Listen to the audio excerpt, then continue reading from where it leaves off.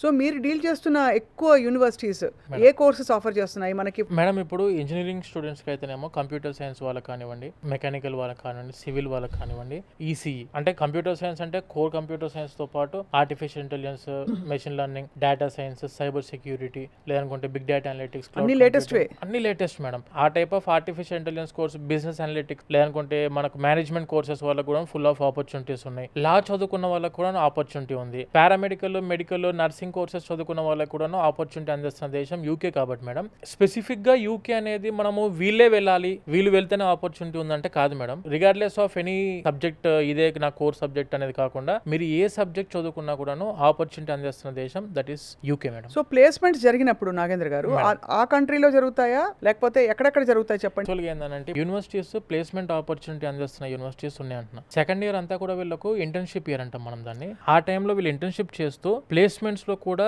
యూనివర్సిటీయే placements provide చేస్తున్న universities చాలా ఉన్నాయి. అండ్ కావాలి అనుకుంటే వీళ్ళు ఏ సిటీలో చదువుకుంటున్నారో ఆ సిటీలో ఆపర్చునిటీస్ ఉన్నాయి ప్లేస్మెంట్స్ కి. ఇప్పుడు మనం ఒక సిటీని ఇప్పుడే చూస్ చేసుకుంటున్నామంటే ఆ సిటీలో మనం సెటిల్ అవ్వడానికి ఆలోచన చేయండి ఫస్ట్. ఎక్కడైతే ప్లేస్మెంట్స్ అవకాశాలు ఉంటాయో ఆ యూనివర్సిటీస్ నే ఎంచుకోమంటున్నా. అలాగే ఎక్కడైతే స్కాలర్షిప్స్ మీ ద్వారా వస్తే ఎక్కువ స్కాలర్షిప్ పొందొచ్చో అలా చేయమని చెప్తున్నారు.